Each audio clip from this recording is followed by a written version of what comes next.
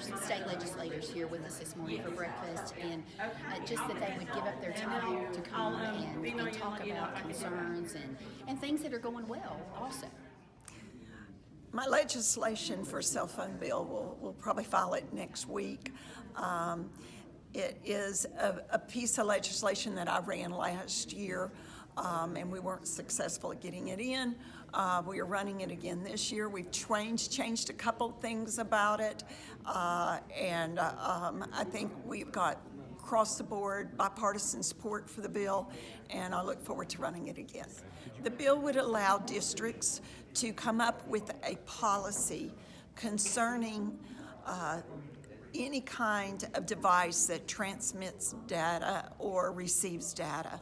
So whether it be a cell phone, an iWatch, an iPad, that they would not be allowed to be used during the school day.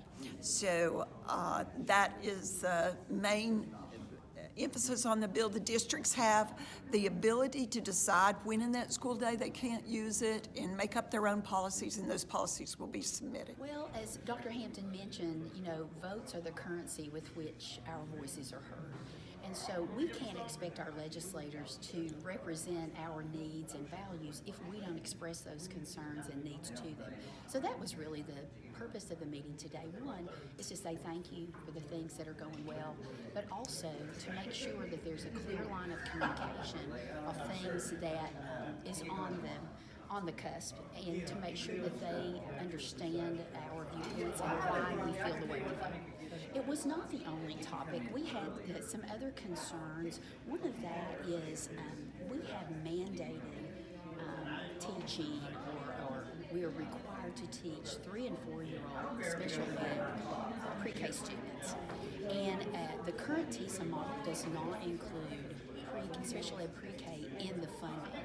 So we're having to take that out of our general fund, and some grant money comes in.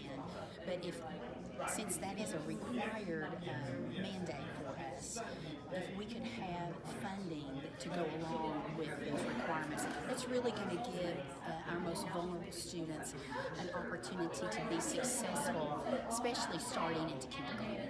I think just hearing from other representatives and their experiences, it was educational for me as well.